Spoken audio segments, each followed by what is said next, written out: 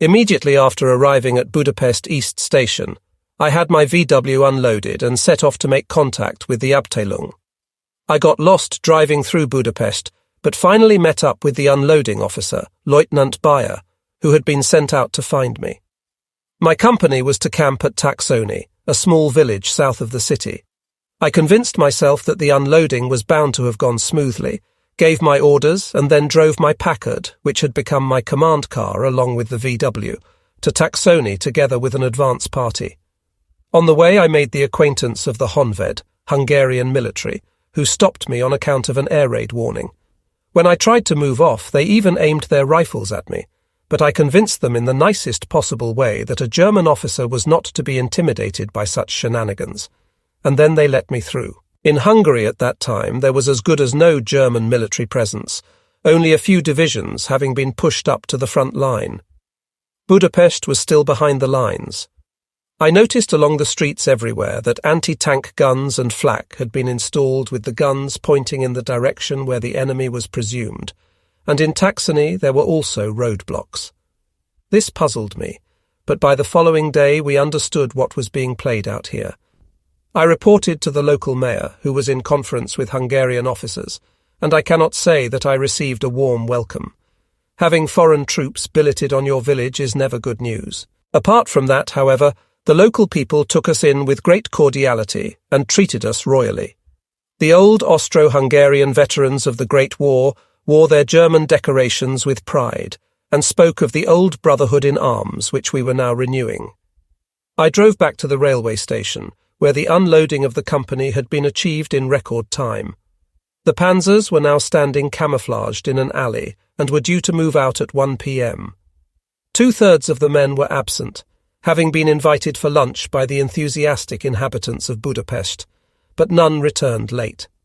We were mobbed by Hungarian men and women who wanted to know everything possible from us. Here I was also made aware of the possibility that a putsch was in the offing. For the first time I heard the name Szalasi, who was leader of the right-wing Hungarian Arrow Cross Party. We wanted to show German discipline.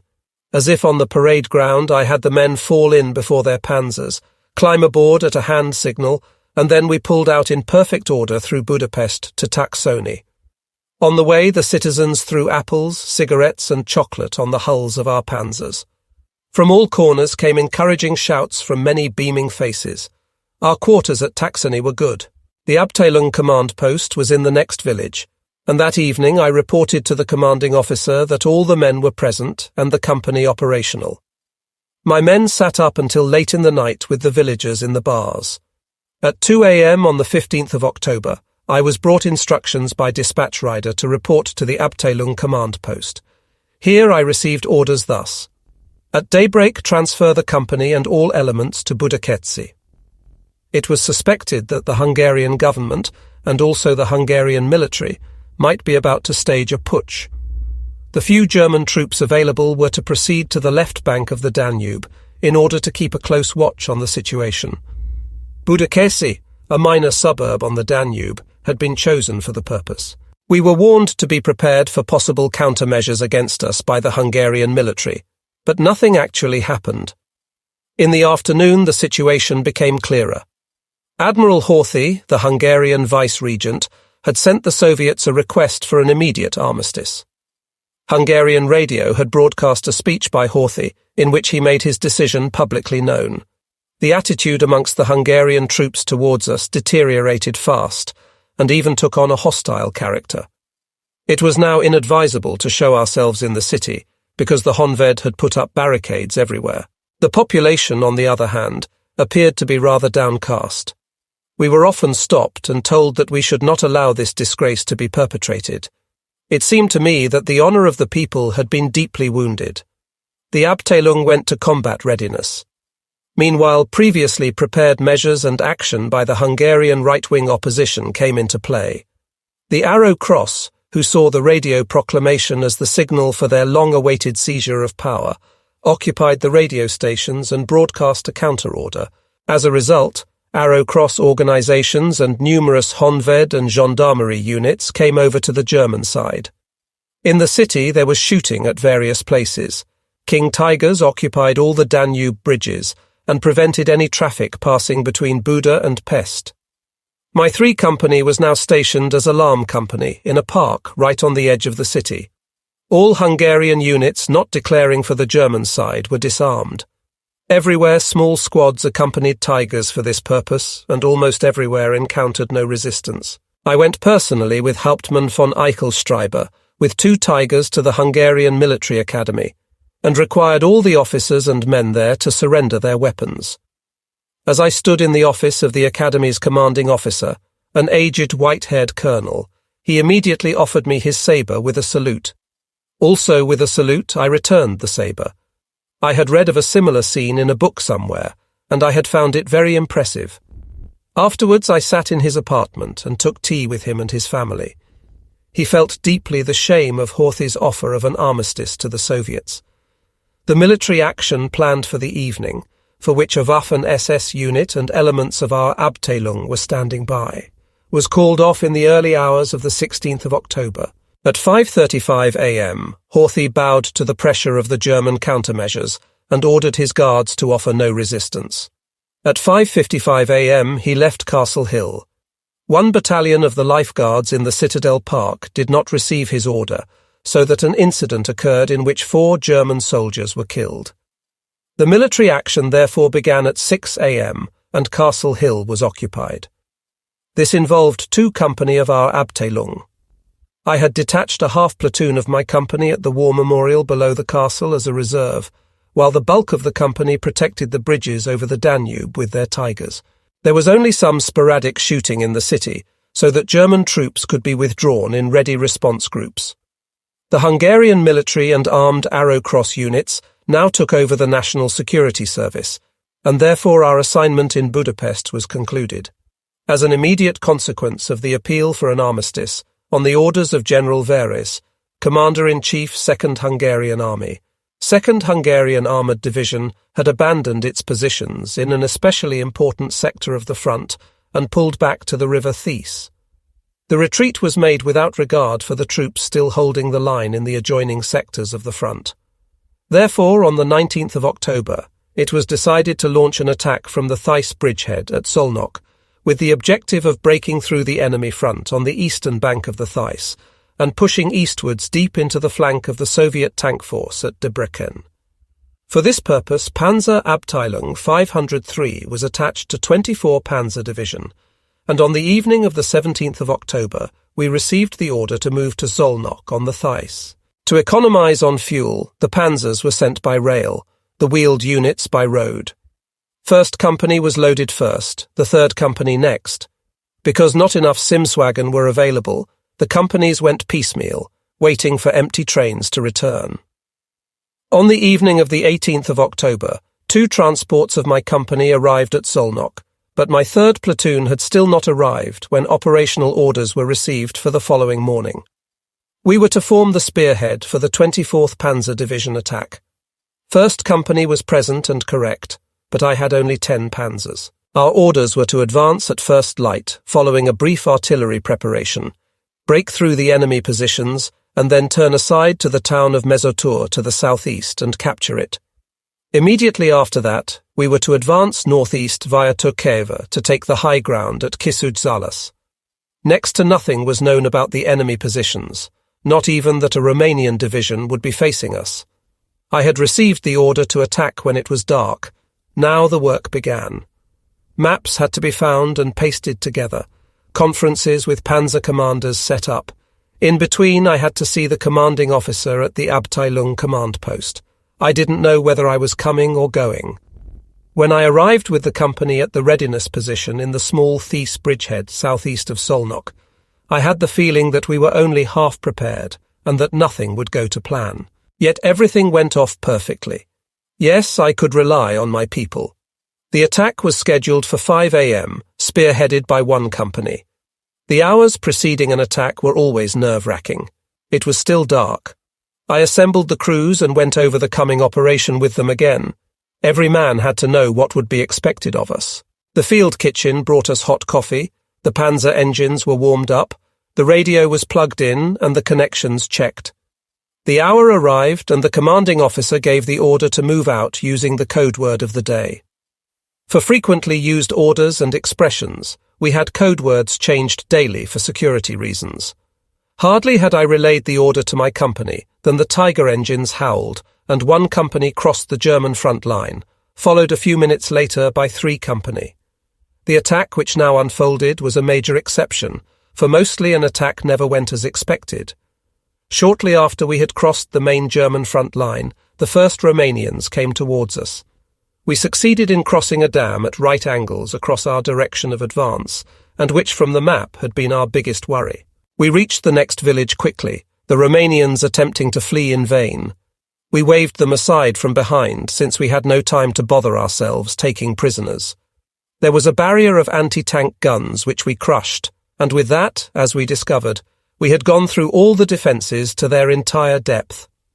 We skirted 2 minefields on the route of our advance, and kept on going ever deeper into enemy territory. Enemy rear echelon units were surprised. Whole columns of traffic were swept off the roads. Nothing could detain our forward thrust. We had appeared in this area totally unexpectedly, like phantoms. At first, my 3 company had little to do. We kept back a suitable distance from one company ahead of us, and matched their speed.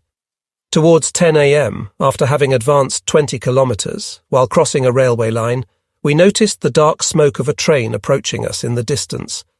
Wouldn't they have been told about us? The train was coming up fast.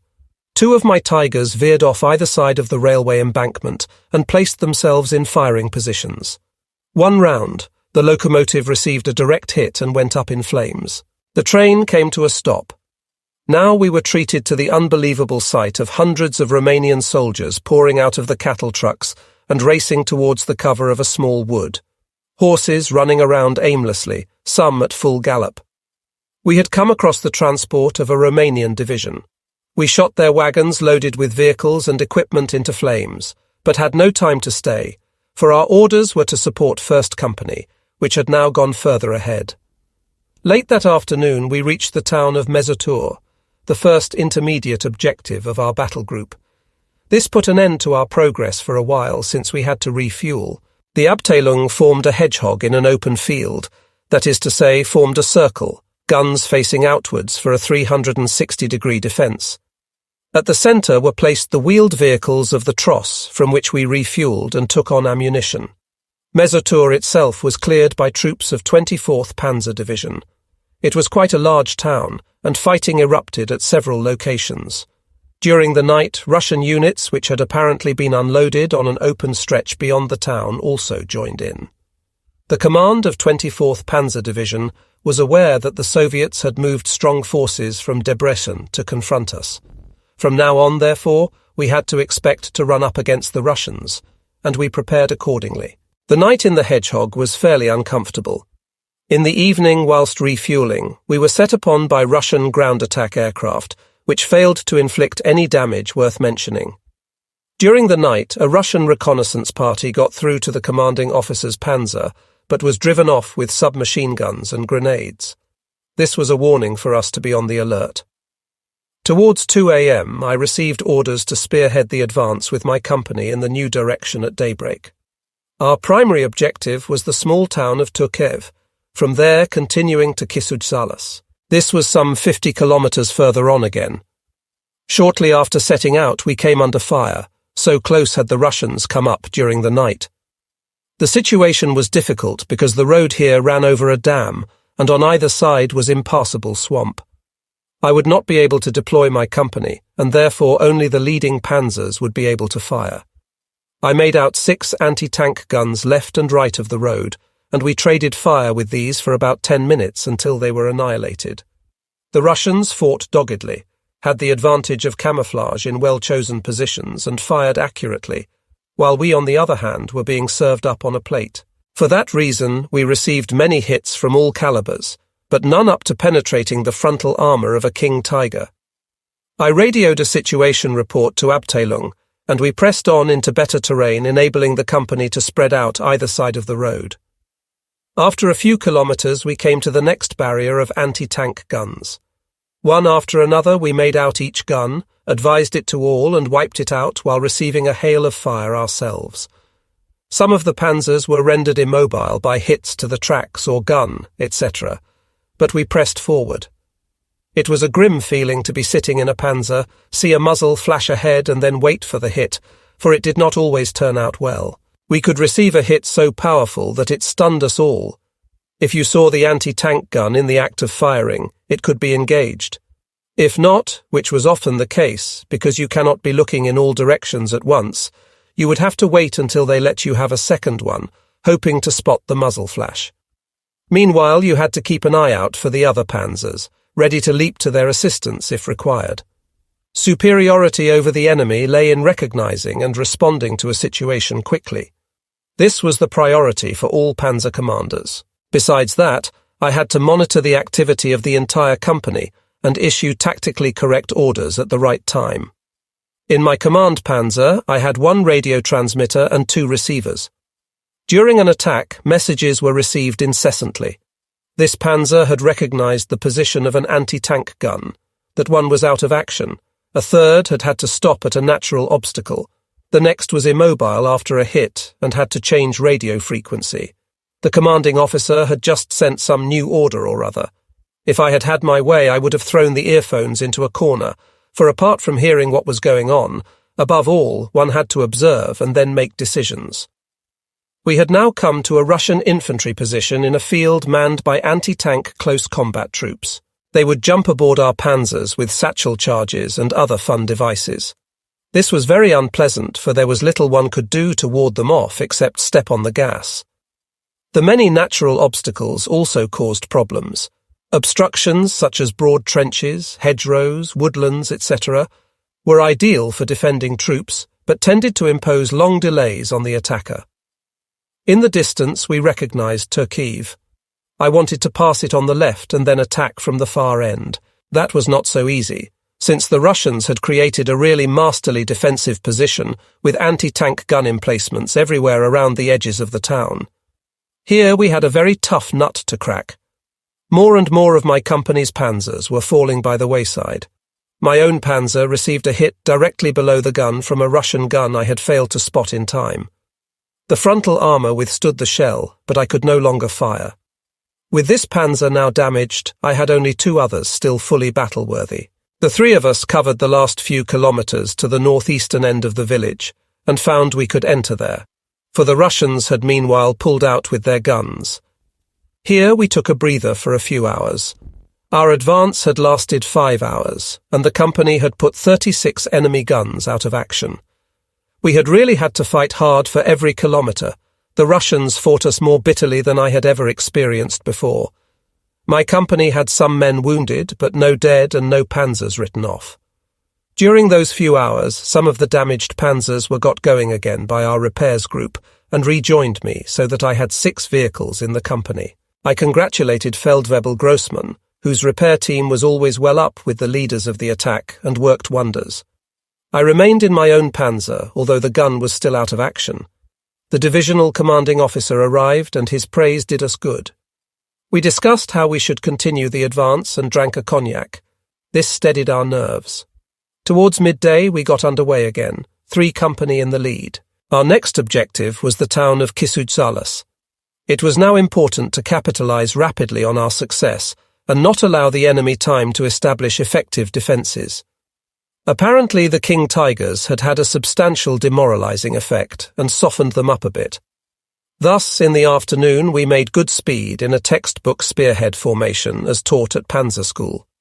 After 15 kilometres, we turned off the highway and literally crept up to the town. Towards 5 p.m., we reached the Kisudzales-Devavanya road, 2 kilometres east of Kisudzales, and stopped all traffic moving along it. From there, it was easy to survey the Kisudzales-Debrecen highway. We saw an unbroken stream of Soviet tanks, lorries, and above all, anti-tank guns driving into the town. In a short time, we counted 50 guns. Against this material superiority, it would be impossible to take the town at a stroke or hold it. We formed a hedgehog, and supplies came up during the night without much interference. Reconnaissance reported enemy armour reinforcements to the northeast. On the morning of the 21st of October 1944, the battle group received orders to retire to Turkev. In the meantime, the Russians had recaptured Mezotur. Hauptmann Fromm had gone there with one company and immediately become involved in heavy street fighting. At the same time, I had occupied myself with the recovery of the panzers at Turkiv, which were not to be allowed to fall into enemy hands. Our Tross had been here the previous day, following our forward thrust, and had been attacked by the Russians and suffered casualties. As a result, 3 Company had its first death in Hungary, in addition to which I lost my 1-ton tractor and a lorry, a serious loss. I was now attempting to save what I could from these vehicles. In the afternoon, I was summoned by the commanding officer who was still in action with 1 company at Mezotur. In the short time that the Russians had been able to occupy the town, they had even managed to install a 76.2mm anti-tank gun in a church steeple. Here, for the first time, the Abteilung experienced the American 76.2mm anti-tank gun with tapering barrel, which could penetrate the frontal armor of the King Tiger. The commanding officer told me the new plan. The whole battle group was to move out under cover of darkness to Torok St. Miklos. It had been impressed upon us that details of the enemy force had not been clarified, and those panzers which had not been made drivable meanwhile were to be towed there. Because most of the operational Tigers would be needed, this time the 24th Panzer Division motorcycle-borne infantry would lead the formation. The Tigers would be placed in the first third of the long column in order to be swiftly available in an emergency. Swiftly, that is, after first casting off the Tigers they had in tow. Since it would only be possible to move by night, the distance to be covered would not be great, and everybody hoped that the Russians would prefer to sleep. By the early hours of the 22nd of October 1944, we were about 15 kilometres from Torok St. Miklos, when the order came suddenly. All stop. I went on a further 5 kilometres without running into any opposition. Our own reconnaissance had reported strong enemy forces on the left flank, however. The hope of reaching Torok St. Miklos without having to fight now evaporated. The Abteilung developed its attack led by the 5 panzers of my 3 company, with 1 company behind it. The weather was cold and misty. The terrain consisted of meadowlands, orchards, small scattered farmsteads and scrubland, therefore an unpleasant region for us with limited visibility, with the mist reducing it further to about 100 meters. After 2 kilometers we saw the first Russians. Those not immediately mown down ran headlong for cover through the mist, leaving all their weapons and equipment behind. My company drove in a single file with about 50 metres between each panzer. Suddenly I saw before me, appearing out of the mist, a gun in an emplacement. At the same moment my panzer received a hit to the turret which knocked us senseless. The gun was still not able to fire following the hit at Turkiv, and I had not changed panzers because I did not want to burden another commander with a panzer that was not fully battle-worthy. In any case, as a company commander, I preferred to lead from my own panzer and not be constantly involved in shooting. Immediately after receiving a second hit in the Seitenvorgelege, drive sprocket for the tracks, on the right side, and then another on the left side, we were immobile and defenceless and only waiting now for a hit to penetrate. Finally, our neighbouring panzer grasped our plight and destroyed the Soviet gun. We saw afterwards that it was a 105mm howitzer firing over open sights. Our frontal armour had torn, and a large hole appeared in it, but the shell had not gone through. My other panzers had also come under heavy caliber fire, and we had several damaged vehicles. We broke the resistance, however, but because the ground we had won could not be occupied, my panzer, which was no longer drivable, had to be towed away by 2 others.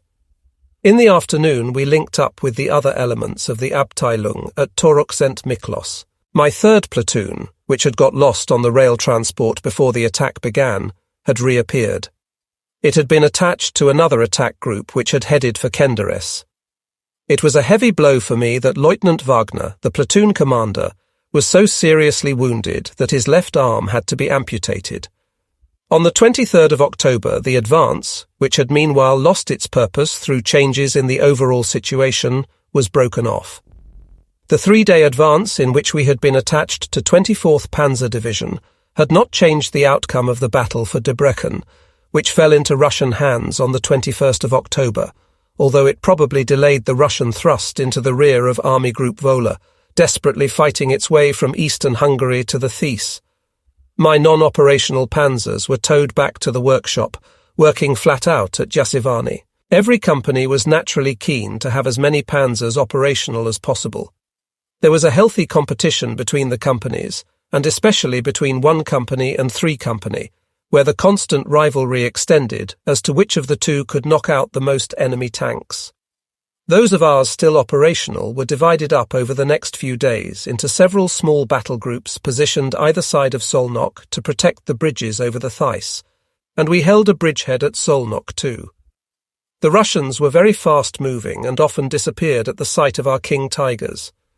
Meanwhile, the rainy season had set in and it poured down. One might think that a panzer was watertight. On the contrary, water always found its way in. Because movement in the panzer was very limited by how cramped it was, if it rained all day, it was very unpleasant inside. Constant drips falling on your head or neck could drive you mad. The Russians had established their first bridgeheads across the Theiss. All we could do was try to prevent their being enlarged. These operations on the Theiss were frustrating because one rarely had successes, but had to always be operational, expecting an enemy attack. Apart from that, it was wet, cold, and one felt covered with mud. The situation in the outer approaches to Budapest had worsened dramatically. On the 1st of November 1944, powerful Russian forces advanced past Kecskemét towards Budapest, encircling 24th Panzer Division either side of Kecskemét, temporarily splitting it up into 3 groups and overwhelming the divisional command post. Our Abteilung moved up with a Panzer Grenadier Regiment in order to free the encircled parts of 24th Panzer Division. This time 2 Company was the spearhead, my 3 Company following, then the HQ and 1 companies. Soon we came across Russian troops following their forces heading for Budapest and crossing our path at right angles. They were taken by surprise, for until then their push towards Budapest had met no resistance. After dealing with the problem, our approach continued along the road to Kecskemét. Suddenly 2 Company in front was halted by strong anti-tank units. From my position at the rear I could not intervene directly. Lieutenant Brodhagen's leading vehicle went up in flames. Right and left of the road the terrain was difficult, consisting of vineyards and market gardens interspersed with patches of meadow and fields. Additionally, it was now dusk, and the failing light made observation increasingly difficult. The enemy emplacements could only be spotted by their muzzle flashes, and aided by this point of reference alone, we had to engage the enemy in the twilight. We could not attack the Russian position frontally. The spearhead was at a standstill, and by radio Hauptmann Fromm gave me instructions to veer far right and attack their flank. I gave the corresponding order to my panzers. I did not like this situation at all, and now during a short pause for observation, I saw that the ground was swampy, and my panzer had begun to sink in. I could not regain firm ground, and 2 of my other panzers had already stuck fast, an unpleasant situation in the face of the enemy. Obviously, the Russians had selected their position here with foresight, knowing that on account of the difficult terrain, they could only be attacked by panzers frontally and not from their flanks. The outlook for my 2 bogged-down panzers was extremely unfavourable, for recovery attempts under fire are very hazardous. Finally, 2 hours after darkness fell, we managed to get both of them free. This may be easy to describe on paper, but how many setbacks we experienced in the recovery of these weighty colossi, how often the hawsers had to be reattached, how often they parted, how often an almost salvaged panzer slipped back into the morass. That was truly hard work. Now I had all my panzers on a firm road surface again. Meanwhile, assault troops from the Panzer Grenadier Regiment had cleared out the remaining pockets of resistance. Most of the Russians had pulled out beforehand. After that, we re-established contact with the encircled troops at Kecskemét and brought them out to be left behind our lines. We had completed our mission and relieved the division, but the Soviets were still heading for Budapest with no opposition. We had to disrupt them by attacks on their flanks. I had hardly a moment's peace, for suddenly my VW arrived with my driver and Feldwebel Grohmann from the orderly room. The latter was conscientiousness personified. He had worked out where I was by reading the daily battle report to Abteilung. It often happened that he would show up at totally impossible places. At midnight, I dictated my own battle report to him and whatever other company clerical work was outstanding. The paper war and the many deadlines for submitting reports were really tiresome. Were they absolutely necessary? Grohmann was relieved during the night by the Species, Hauptfeldwebel Müller, who brought up the company's mail and usually whatever special allowances he had managed to get hold of, such as chocolate, smokers' requisites, wine, or at least something that the other companies did not have, and which gave special pleasure to men in the field. Here again there was a certain rivalry between the companies. The third man to appear was the leader of my repair group, Oberfeldwebel Grossmann. He was probably the most important amongst the company's working sergeants. He was always on the spot with his repair team, ignoring any danger and achieving little short of miracles. That particular night, too, he turned up suddenly to inspect the panzers for damage. He was a resourceful man and could carry out the most complicated repairs on the spot if the panzer couldn't be brought to the workshop immediately. All the credit for the company always having so many panzers operational was his. It would often be the case that he and his people had to work under fire, and often in extremely difficult situations. The remainder of the night passed quietly. There is much I could tell about the operations, successes and losses which we had in these days. In the last few weeks we did not have a single rest day and no time for technical work. The panzers had covered between 400 and 500 kilometres and were in urgent need of maintenance. Because nearly all panzers had held up well so far, the moment finally came when almost all couldn't go on. For the massive crop of breakdowns, failures and stoppages which now occurred, the available recovery units were simply not sufficient, and the still drivable panzers had to be pooled for towing duties. The most important thing now was to restore general operational readiness. In the following days, the Soviets achieved a breakthrough, advancing almost to the outskirts of Budapest. They reached the outlying suburbs and then stopped. On the 5th of November, the Abteilung was mentioned in the Wehrmacht bulletin. In the area of Western Hungary, Tiger Abteilung 503 under Hauptmann Fromm has performed outstandingly. We now lay at Godolo, a good distance from the front line. I had beautiful quarters at the home of a former captain of a Danube steamer. At last I could have a proper wash, change my underwear, write home in peace and eat more comfortably. That did me good. On the 15th of November 1944, I took over leadership of the Abteilung battle group at Hatvan. 12 Tigers from all companies were operational, and additionally I was allocated the Abteilung flak platoon with quadruple guns on panzer chassis. In order to maintain contact with Abteilung over long distances, my battle group received Staff Panzer Wurst, which had a medium-wave radio. Our own tross with fuel and ammunition vehicles gave us a certain independence, for besides a field kitchen we also had a recovery and repair unit under Werkmeister Spath. I was therefore fully autonomous for the impending operations. Every 2 hours I had radio contact with Abteilung. Every evening I made my report of successes and requested fuel and ammunition, which would be brought up during the night. My battle group was now attached to Panzer Regiment 1. The regimental commanding officer was Major Dawn. Up to the 18th of November, my battle group had initially to cover a large sector, which by reason of the unfavourable circumstances of the terrain was difficult to monitor, and it secured the withdrawal of elements of one Panzer division to a new defensive line at Gyöngyös. We had to intervene repeatedly, rather like a fire brigade, whenever enemy tanks appeared in the area. A new order took my battle group to Gyöngyös, a village in the Matra Mountains. On the way, I was stopped by an agitated staff officer, 1A of an infantry division, who informed me that 2 kilometres ahead, a Russian tank had broken through into the infantry position, and that our own infantry had not been able to deal with it. I sent a Tiger forward and followed in my VW in order to make contact. I worked my way forward with the infantry company commander to within 20 metres of the T-34. I regretted not having a Panzerfaust with me, but the infantry had had enough of such close combat endeavours, having lost men during the first efforts to destroy the tank. I instructed my Tiger commander personally, and by the time the Russians noticed it creeping up, they were already in flames. The infantry were overjoyed, but for us it was just routine. As we were about to pull out, we were surprised by ground attack aircraft. Their bombs fell between my panzers, which were just making preparations to leave. Some of the men on the open flak platoon vehicles were seriously wounded. How often the opportunity came to pass from this life into the next. We reached Gyeongyo-Sparta in the late afternoon, initially as divisional reserve. The region with its wooded mountains reminded me of the Black Forest.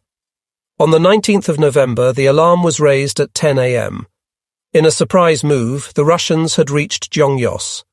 The town had been occupied by a German infantry division which had fled at first sight of the Russians, making their relatively small force a gift of the town. My tross remained behind while I set off as quickly as possible for Gyeongyos. The first 10 kilometers were covered really fast, and then we ran into the mob fleeing from Gyeongyos, blocking the road with their vehicles. It was difficult to swim against the tide, and additionally there ensued a fairly heavy attack by low-level aircraft which took the whole mess under fire. I closed the hatch of my Panzer and watched through the observation slits as the Russian aircraft dived down towards us, saw the muzzle flashes from their weapons, and distinctly felt the explosive shells hitting the armour of my Panzer. They were shooting well, but their bomb aiming was poor, and my Panzers suffered little damage. Finally, we reached the outskirts of Gyeongyos. The retiring German troops had blown up the road bridge over a deep gorge here, and seeing that there was no way round it, we went into the churchyard and took the suspected houses on the other side under fire. Soon the lively enemy infantry fire died away.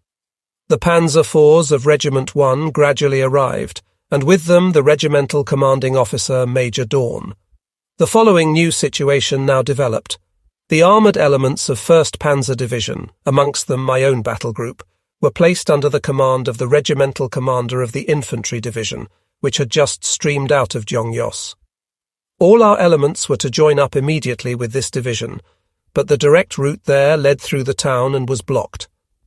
We had therefore to go about it cross-country, which would be very difficult in the mountainous terrain. We went across the vineyards. The Tigers made slow progress up the steep slopes, sinking into the soft earth in the climb, and when descending the other side. A brook had to be forded, the last 50 metres causing us particular difficulty. In order to reach the paved road, on which we had to secure the edge of the town of Gyeongyos, we had to overcome a steep slope. The first Tiger climbed it with difficulty, but churned up the earth so badly that it had to help pull up the succeeding panzers one by one.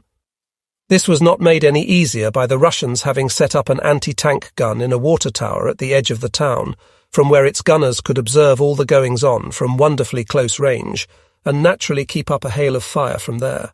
We shot this gun down.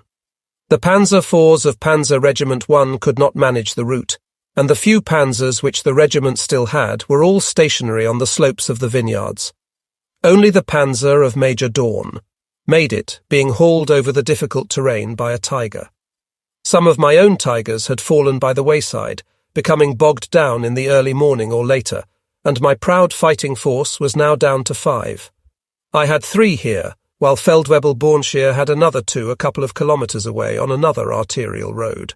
When darkness fell, I was summoned to Major Dawn's command post and went there on the tracked motorcycle. Corps had ordered that the infantry division was to reoccupy the town with our help. It was not an attractive proposition, but one could understand why they wanted it done.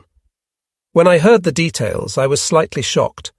It was ordered that we were to attack by night in 2 groups on 2 different access roads. The right group under my command consisted of my 3 Tigers, 6 or 7 armoured personnel carriers armed with triple heavy machine guns, and about 100 infantry. Oh my God! When I saw the infantry, they were convalescent walking wounded cases, poorly armed and lacking any motivation. My group would be at the centre of the attack. The left attack group with Feldwebel Bornshire's 2 Tigers was equally strong, and we had contact to each other by radio. With this force led by Major Dawn, we were to set out at 2 a.m., fight our way through the town, and link up with elements of the infantry division on the other side. This was an operation which led through houses and a confusion of streets, of a not insubstantial town occupied for 24 hours by the Russians, who were undoubtedly expecting an attack. What madness! Quite apart from the prospects of disaster, I had grave doubts about the fuel and ammunition situation. I would have to sort that out somehow. I briefed my panzer commanders, Unteroffizier Gartner of my company, and Feldwebel Jakob of 2 Company. These veteran panzer men naturally knew what a night attack on such a town would mean. Yes, we all knew what lay before us. The whole operation seemed totally senseless to me. I could not permit my people and panzers to be gambled recklessly, even if it had been ordered. At 10 p.m. I was summoned to attend an operational conference at the Infantry Division's command post. It was hair-raising. The divisional commander had no understanding of panzer warfare, and unfortunately Major Dawn was not the sort of man to stand up and speak his mind. My own objections to the operation were rejected by the divisional commander. Corps had ordered the attack, and therefore nobody must dare speak out against it. A factor also to be taken into account was the division's shame at being taken unawares by the Russians and their panic-stricken abandonment of the town the previous night. I had a talk with Major Dawn, who wanted to lead the attack from his command post. Next followed agreement with the drivers of the Panzer Grenadiers' armoured personnel carriers. If there was nothing which could be done to change the orders, I wanted to do everything possible to carry them out with the least possible losses, for with the force we had available, failure could be predicted. I also did not agree that my people should be sacrificed to the amateurism of the senior commanders. As I did each evening, I requested my supplies by radio from Abteilung 503, which, in order to reach us, would have to be brought about 50 kilometers over the snow-covered roads of the Matra Mountains, for like our panzers, the large lorries could not go cross-country. Then I reported to the Abteilung 503 command post the operation ordered by Corps with an encrypted message sent in Morse by Corps night attack ordered on Gyeongyos. Long live the Führer. This was not an expression of National Socialist sentiment. Rather, I wanted to indicate that we had been given a suicidal operation in which the chances of survival were not very great. Abteilung HQ understood at once, and the commanding officer sent Lieutenant Heerlein to the Corps command post immediately to intervene. Despite that, the decision of the commanding general remained unchanged. I slept the last 2 hours before the attack in my panzer. At 1:30 a.m. I made ready, and at 2 a.m. started out from the command post with which I had radio contact. It was pitch dark, and to see anything at all we had to leave the hatches open. Unteroffizier Gartner was commander of the spearhead vehicle, and behind my panzer came Feldwebel Jakob, then the armoured personnel carriers, and the 100 infantrymen trotting along at the rear with little enthusiasm, although really they ought to have been alongside the panzers. Upon reaching the first houses, we fired into the darkness with all barrels, to make it seem that a major force was attacking. We raked all the streets with MG fire. The Russians had pulled back, and in the glow of our flares we passed by their abandoned positions. There was a muzzle flash to the left of us, the first anti-tank gun. It fired too high and the tracer hissed overhead. One round from the leading panzer and the gun fell silent. We pressed ahead slowly and reached the water tower from where we had received fire at noon the previous day. The flares lit the street ahead of us with a pale light of short duration, and after they burnt out, we found the darkness even more impenetrable. I could hardly make out Gartner's tank, only the light shimmer of its exhaust flame. Slowly we groped our way forward. We received a hit forward. Gartner also reported one from an anti-tank gun. Keep calm. In the darkness, we were at a disadvantage. If only the infantry would come up alongside to clean out the houses to our left and right, full of Russians. We had now penetrated about a kilometre into the town and came under increasingly heavy fire as we headed towards the town centre. Hit from the right. The Russians had set up anti-tank guns in the doorways of the houses. Therefore they were prepared and had let us come this far deliberately. We fired one explosive 8.8 centimetre round after another into the terrace of houses, and after that the opposition began to die down. I was running very short of flares. Advancing further forward without infantry to clear the houses on both sides was impossible. Therefore I called a halt until the infantry caught up a bit.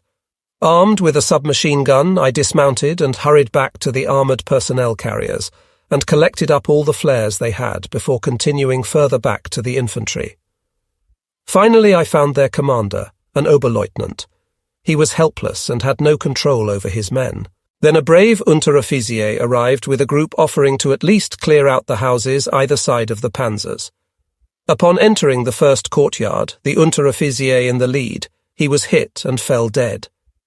At the same moment, the infantryman disappeared, and I stood there utterly alone. A flare fired up by the leading panzer sank down slowly, and suddenly I saw a Russian anti-tank gun no more than 2 meters away from me. How easily that could have all gone wrong. Now the grenadiers had to leave their vehicles. Armed with submachine guns, hand grenades and Panzerfaust, they forced their way into every house and in bitter fighting occupied the buildings either side of the panzers. We pressed forward into increasing Russian resistance. There was a crossroads ahead which we did not like the look of. If the Russians were so well prepared this far, what might they have got in position up there? The grenadiers were coming no further, and then we came to a standstill once more.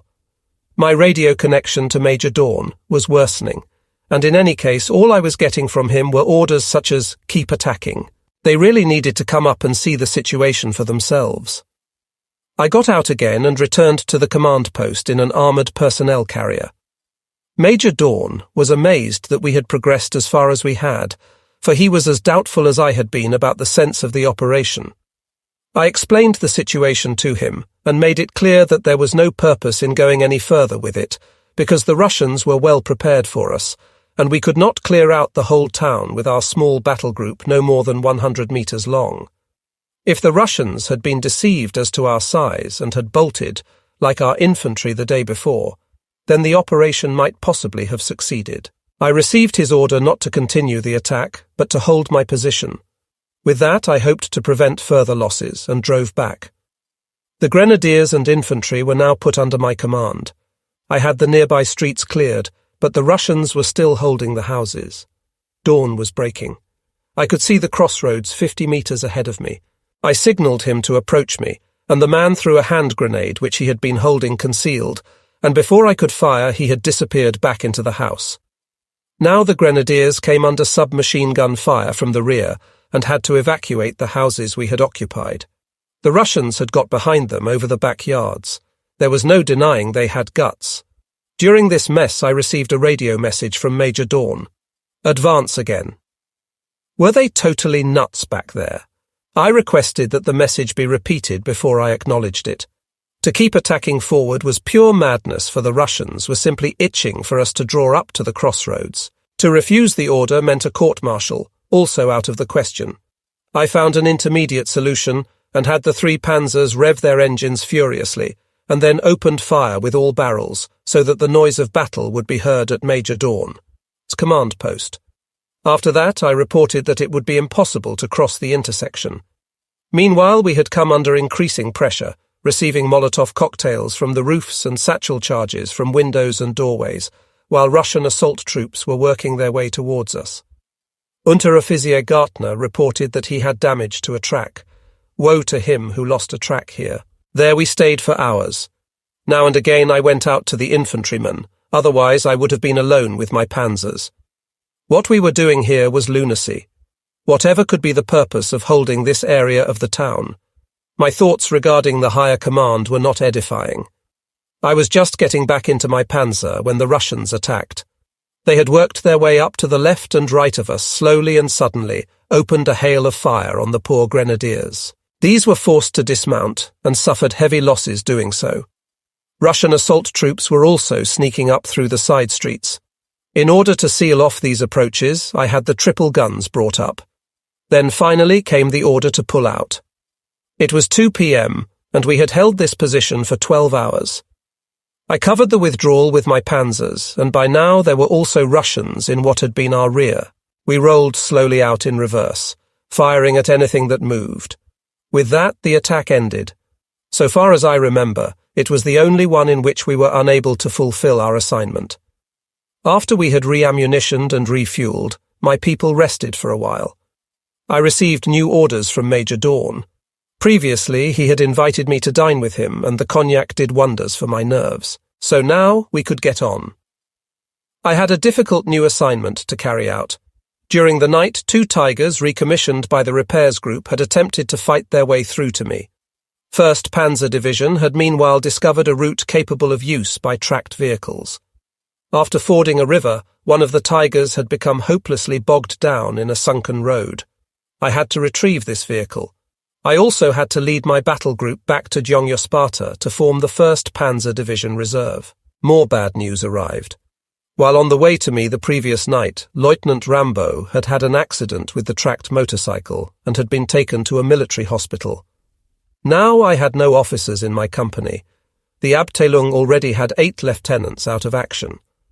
Before night fell, I borrowed an amphibious car from Major Dawn and drove off for the position where the Tiger had sunk in. The car had all-wheel drive and was especially cross-country capable.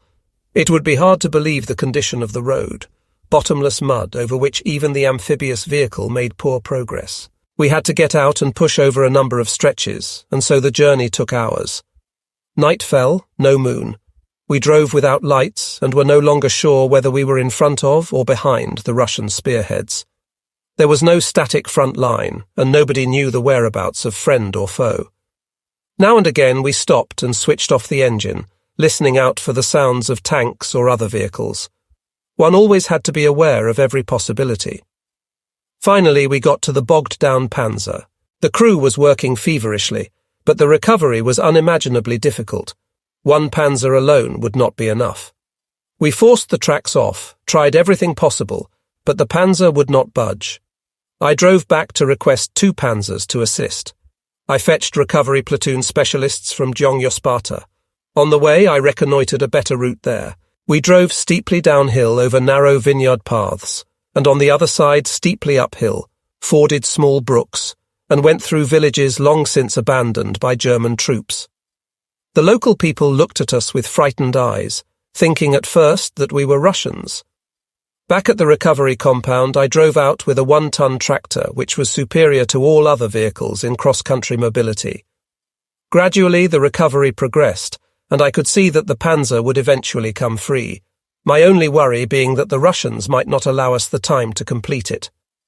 Finally, the remaining elements of the battle group could now set off by the newly reconnoitred route for Sparta. I kept 2 Tigers with me for recovery work. I gave orders for any bogged-down Panzer to be prepared for destruction, and drove back to 1st Panzer Division command post to report that elements of my battle group were beyond our lines, and that the way back had to be kept open for us at all costs.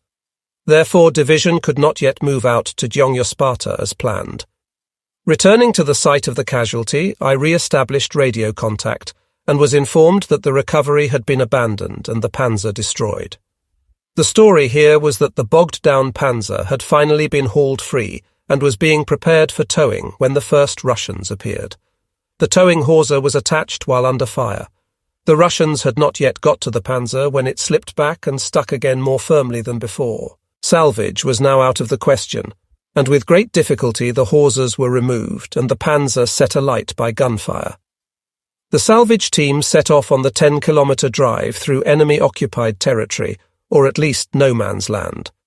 I went to meet them with 2 Tigers in order to assist if necessary. Eventually we reached our own front line, which lay about halfway between Gyeongyos and Sparta.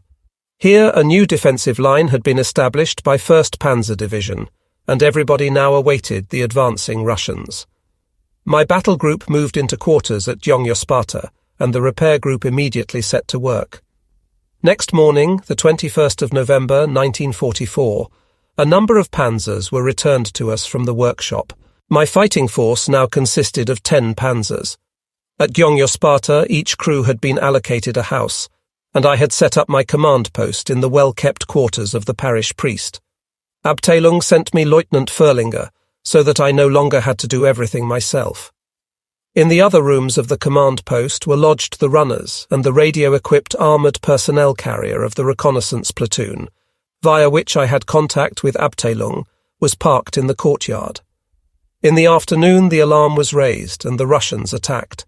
We were lucky and knocked out 9 of them, some of them while stuck fast in the boggy ground. That evening we were all back in our quarters celebrating.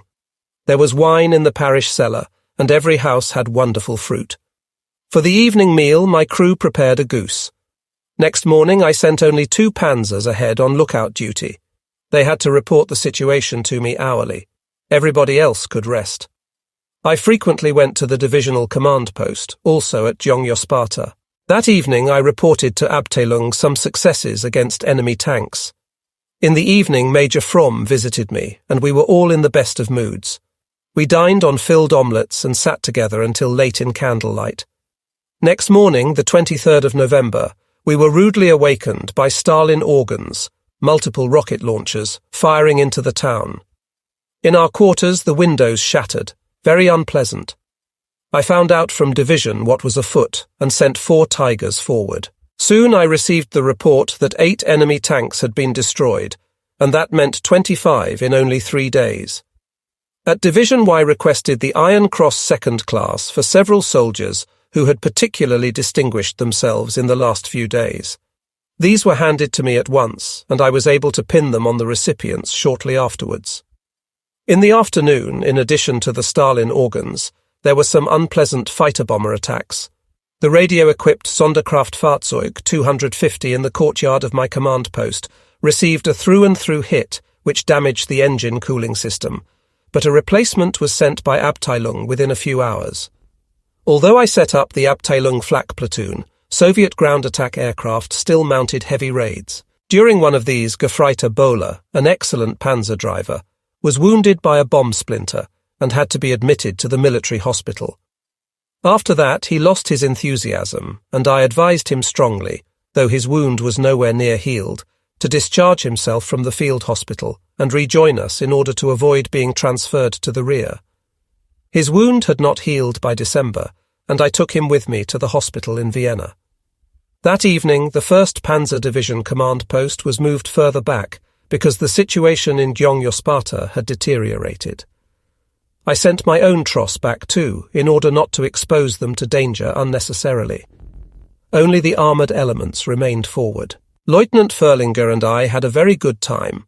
We ate well, enjoyed fine wines, spent half an hour now and again in the cellar during air attacks, or a few hours on lookout in the panzer. It may sound unlikely, but for us it was a period of convalescence. I went daily to division to discuss the situation with the one staff officer, and sometimes, if the situation allowed, visited the workshops to put them under pressure. This was really not at all necessary, for the senior foreman, Neubert, ensured that no time was wasted. For me, he was a fatherly friend. In the spring of 1944, he had been awarded the Knight's Cross to the War Service Cross for his outstanding achievements, and fully deserved the decoration. One never left him without being served an evening meal and some schnapps. On the return journey, I would usually call in at the Abteilung command post in order to see how things were going. As company commander, one always had concerns or requests to put to the commanding officer or his adjutant. The commanding officer spent much of his time at Corps, Division, or the Army Group. Then the OKH commissions would come snooping around, people who never brought with them anything worth having. I had been commanding the battle group for almost 3 weeks. In reality, Hauptmann von Eichelstreiber, commander of 2 Company, who was currently at Vakseli with 3rd Workshop Platoon, should have assumed command weeks ago. It did not worry me too much, for I had an easy billet. The commander of 1 Panzer Division helped out here by requesting from that the battle group, for so long as it remained attached to 1 Panzer Division, should remain under the command of Lieutenant von Rosen. Therefore I could carry on. This was a fine recognition of my service. Division ordered us by telephone to transfer to Infantry Regiment 1's sector. The move there was difficult because we could not cross a small bridge and had to make a major Dornatour through vineyards with their heavy ground. Once we were through the worst, I sent Lieutenant Furlinger off with the panzers to the new operational area and drove back with the tracked motorcycle in order to apprise myself of the situation with Divisional HQ, but I learned nothing precise. I reported to the command post of Infantry Regiment 1, where I was told that my panzers were already in action. I saw from the map where they must be and hurried there on the tracked motorcycle. I recognized the panzer tracks in a field and drove for kilometre after kilometre. I thought that the advance must have made good progress despite the difficult terrain, mud knee-deep and no exaggeration. Meanwhile, it had got dark, and it surprised me that the panzers could have made any progress at all here. I hurried on, more kilometers, or at least so it seemed to me. I began to become ever more doubtful about the business. Never a German soldier, or even a trace of one. If I hadn't had the unmistakable tracks of a tiger in front of me, I would have thought myself to be deep behind the Russian lines. Then finally I found my troops, suddenly appearing ahead in the darkness. Lieutenant Furlinger approached me. He had a recent head wound and was incredibly lucky to be still alive. He fell in March 1945. He had been proceeding with the commander's hatch open since it was impossible to see anything from inside the panzer at night. At the very moment when he had bent down to say something to the gunner, his cupola was hit and he received splinter wounds to the head. Afterwards it was determined that the wounds were not as bad as they first appeared. He made his report about the attack. The company had had to advance at once without awaiting my return. Besides the panzers, the flak platoon had been present with their 2-centimetre 4-barreled anti-aircraft guns, which were also very useful in the ground attack role. The advance gone about 10 kilometres right up to where we found ourselves now. They had no panzer grenadiers to scout ahead, and Furlinger considered it to be a miracle that I had arrived on a tracked motorcycle unscathed. He needed to go to the dressing station as soon as possible, and I wanted the panzers out of this idiotic situation right away, for to be without infantry amongst the Russians was madness.